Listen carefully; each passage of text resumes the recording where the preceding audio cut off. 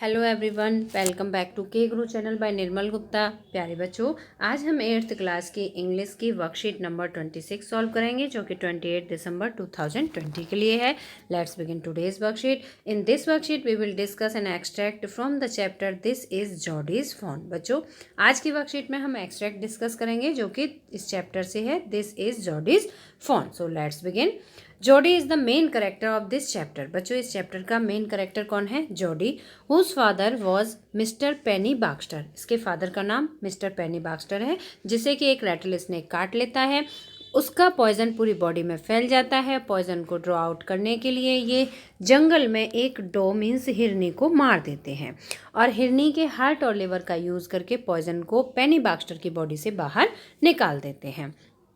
हिरनी का एक बच्चा है जिसे कि फॉन कहते हैं, और वो फॉन वहीं जंगल में रह जाता है। जॉडी नेक्स्ट डे अपने पेरेंट्स से, सबसे पहले अपने फादर से परमिशन लेता है, फिर अपनी मदर से परमिशन लेता है और इस फ़ोन को सर्च करने जंगल में मिलव्हील के साथ जाता है। तो बच्चों, आज की वर्कशीट में हम इसके आगे की स्टोरी देखेंगे। First task is put the sentences in the correct order in the blanks below. बच्चों, यहाँ पर कुछ सेंटेंस दिए हुए हैं, आपको इन्हें करेक्ट सीक्वेंस में अरेंज करना है। तो देखिए, यहाँ मैं पहले सेंटेंस रीड करूँगी, after then you have to arrange in correct order. Penny felt hemmed in when Jody propose to bring the fawn home. जब जॉडी फोन को, हिरनी के बच्चे को घर लाने का प्रपोज करता है, प्रस्ताव रखता है, तो पेनी एकदम चकरा जाता है। वो बहुत ही ऐसा सोचता है कि अब क्या होगा।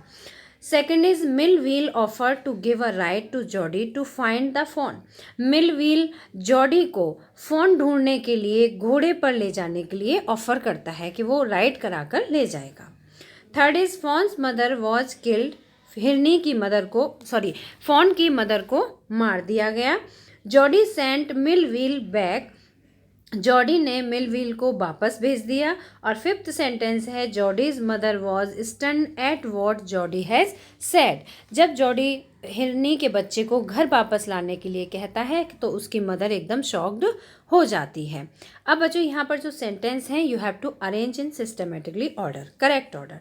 ठीक है, तो सबसे पहले क्या इवेंट हुई थी? सबसे पहले फॉन्स मदर वॉज किल्ड, हिरन की माँ को मार दिया गया था। जो हिरनी थी उसे मार दिया गया था। तो सबसे पहले कौन सा सेंटेंस आएगा? जो थर्ड नंबर पर है ये। After then Jody take permission from his father. इसके बाद जॉडी ने अपने फादर से परमिशन ली थी। तो यहाँ पर फर्स्ट सेंटेंस आएगा। इसके बाद Penny felt hemmed in when Jody propose to bring the fawn home. जब जॉडी ने फ़ोन को घर लाने का प्रस्ताव रखा तो पेनी चकरा गया, वो एक घेरे में आ गया। इसके बाद नेक्स्ट जॉडी ने अपनी मदर को इन्फॉर्म किया था। तो नेक्स्ट नंबर पर आएगा फिफ्थ सेंटेंस। इसके बाद फिफ्थ लिखेंगे, Jody's mother was stun at what Jody has said. Jody ने जो कुछ कहा था उससे जॉडी की मदर बहुत परेशान हो गई, शॉक्ड हो गई एकदम। आफ्टर दैट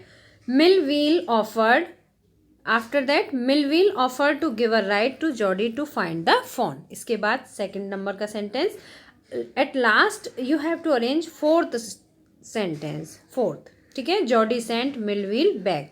जॉडी ने मिलव्हील को वापस भेज दिया था। ठीक है बच्चों, so this is the correct order of the sentences. ठीक है, यहाँ पर जो सेंटेंस दिए हैं ये इसका करेक्ट ऑर्डर है। Now move to second task, read the following passage from the lesson. यहाँ पर पार्ट 2 दिया गया है, लेसन का ही पार्ट है। ठीक है, तो इसे पढ़ते हैं। He waited for the sound of hoofs to end. वो खुरों के बंद होने की आवाज़ का वेट कर रहा था। मीन्स जॉडी मिलव्हील के साथ फॉरेस्ट गया था, बट जॉडी नहीं चाहता था कि मिलव्हील उसके साथ फ़ोन को सर्च करे।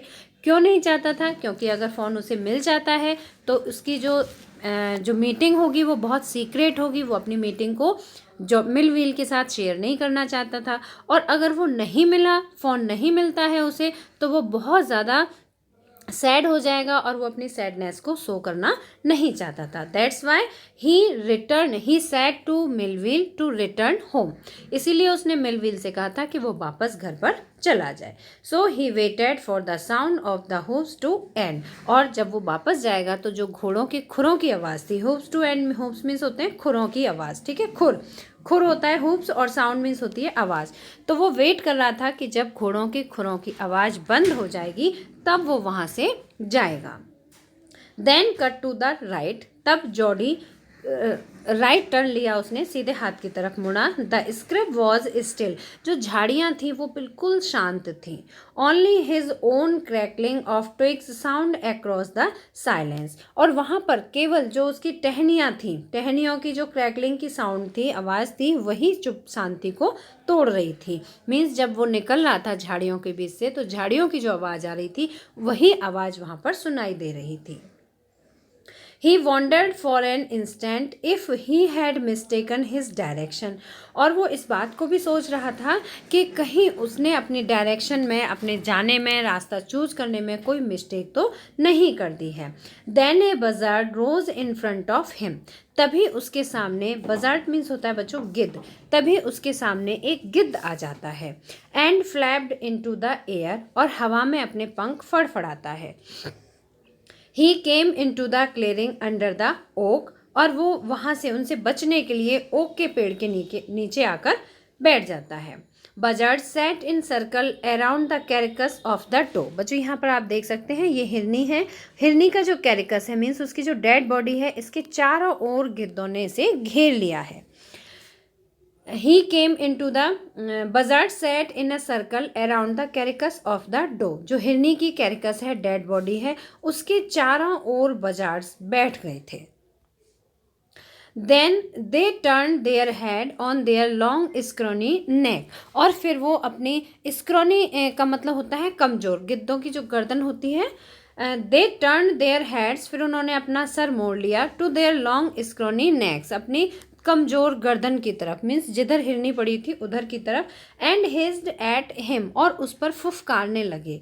ही threw his bow at them and they flew into the adjacent tree, उसने जो उसके हाथ में डाली थी, बो मीन्स होती है पेड़ की डाली या शाखा, उसने उसे छोड़ दिया। And they flew into the adjacent tree, adjacent means होता है पास का, नियर बाय, तभी सारे गिद्ध उड़कर पास के पेड़ पर बैठ गए। The sand showed large cat prints, जो वहाँ पर बालू थी, उस बालू पे आप यहाँ देख सकते हैं ये पैर के पंजे बने हुए हैं ना। The sand showed large cat prints, यहाँ बिल्ली के पैरों के पंजे बने हुए थे। But the big cats killed fresh, लेकिन जो बड़ी बिल्लियाँ होती हैं वो फ्रेश, जो ताज़ा मांस होता है उसे खाती हैं। And they had left the doe for the carrion birds, और वो इस हिरनी को, कैरियन का मतलब होता है सड़ा हुआ, कैरियन मीन्स होता है सड़ा हुआ, जो सड़ा हुआ मांस था उसे गिद्धों के खाने के लिए छोड़कर चली गई। He parted the grass at the place where he had seen the fawn, और he parted the grass मतलब वो घास को चीरता हुआ उस स्थान से आगे चला। where he had seen the fawn, जहाँ उसने हिरन के बच्चे को देखा था। It did not seem possible that it was only yesterday, ये पॉसिबल नहीं था कि वहाँ हिरनी का बच्चा मिल जाए, क्योंकि ये उसने कल छोड़ा था, हिरनी के बच्चे को कल छोड़ा था। The fawn was not there, हिरनी का बच्चा वहाँ नहीं था। He circled the clearing, वो उसके चारों ओर घूमा।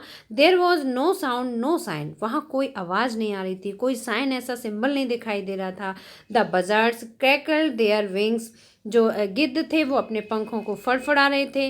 Impatient to return to their business, और अपने काम के लिए, उनका काम क्या था, इस रोटन फ्लैश को खाना, है ना, इसे अपने काम के लिए वापस जाने के लिए वो बहुत ही इम्पेशेंट हो रहे थे।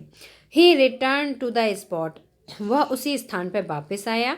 Where the fawn had emerged and dropped on all fours, और जहाँ उसी जगह वापस आया जहाँ पर कि जो हिरनी का बच्चा था, ऑल फोर्स मीन्स चौकड़ी भर रहा था। हिरनी का जो बच्चा होता है जंप लगा लगा के चलता है, उसे फ्लोर्स कहते हैं, ठीक है, चौकड़ी लगाना। Studying the sand for the small HUF prints, और जो बालू में जो पैरों के निशान बने हुए थे, पंजों के हुफ प्रिंट्स थे, वो उन्हीं हुफ प्रिंट्सों को देखते हुए, ध्यान से उनका अध्ययन करते हुए, मतलब कि उन्हें ऑब्जर्व करते हुए उनके पीछे पीछे चल दिया। The night's rain had washed away all the tracks except those of cat and buzzards, रात में जो बरसात हुई थी उस बरसात ने सभी रास्तों को धो दिया, मीन्स जो फुटप्रिंट्स बने हुए थे उन सभी फुटप्रिंट्सों को गायब कर दिया। Except those of cat and buzzards, और वहाँ पर केवल बिल्ली के और गिद्धों के पंजे बने हुए थे। I hope all of you understand this extract. Now come to the next task. See, fill in the following blanks using the hints below. बच्चों यहाँ पर कुछ hints दी हुई हैं and you have to fill the correct option. First is who was it that went away on the horse. वह कौन था जो कि घोड़े पर वापस आया था? तो कौन था बच्चों? He was Millville. फर्स्ट का करेक्ट ऑप्शन होगा Millville. Jody was trying to find. Jody ढूंढने का प्रयास कर रहा था. किसको ढूंढने के लिए ट्राई कर रहा था? The fawn. सेकंड का करेक्ट ऑप्शन होगा the fawn. Jody had come to the place. Jody उस स्थान पर आया वेयर जहाँ there was a stream of water he had seen the fawn. तो बच्चों इसका करेक्ट आंसर होगा he had seen the fawn. वह जॉडी उसी स्थान पर आया जहाँ पर कि उसने फोन को देखा था. Fourth is Jody got rid of buzzards by throwing his. Jody ने छुटकारा पाया उन गिद्धों से. कैसे पाया था? बाय थ्रोइंग हिज बो. जो उसके हाथ में टहनियाँ आई थी उन टहनियों को उसने छोड़ दिया. तो उनकी आवाज़ से जो गिद्ध थे वो एडजेसेंट ट्री के पास ट्री पर जाकर बैठ गए. Fifth question is whose footprints did the sand show. बालू में किसके फुटप्रिंट्स दिखाई दे रहे थे? Big cats. किसके दिखाई दे रहे थे? बिग कैट्स के. What did the buzzards do on the seeing Jody. Jody को देखकर बजर्ड्स ने, गिद्धों ने क्या किया? तो क्या किया था? Hissed at him. उस पर फुफकारे थे. Why did the buzzards clack their wings. जो बजर्ड्स थे उन्होंने अपने पंखों को क्यों फड़फड़ाया था? Because they want to return to their business. क्योंकि वो अपने काम पर वापस आना चाहते थे. और उनका काम क्या था? They want to eat the rotten flesh of doe. वो हिरनी के सड़े हुए मांस को खाना चाहते थे. Eighth question is find a word from the above extract which means. आपको यहाँ पर दो वर्ड दिए हुए हैं. इनकी मीनिंग वाले सेम वर्ड जो कि एक्सट्रैक्ट में यूज हुए हैं वो यहाँ पर आपको लिखने हैं. तो नियर बाय का मतलब होता है पास. ठीक है. और पास के लिए इसमें यूज हुआ है एडजेसेंट.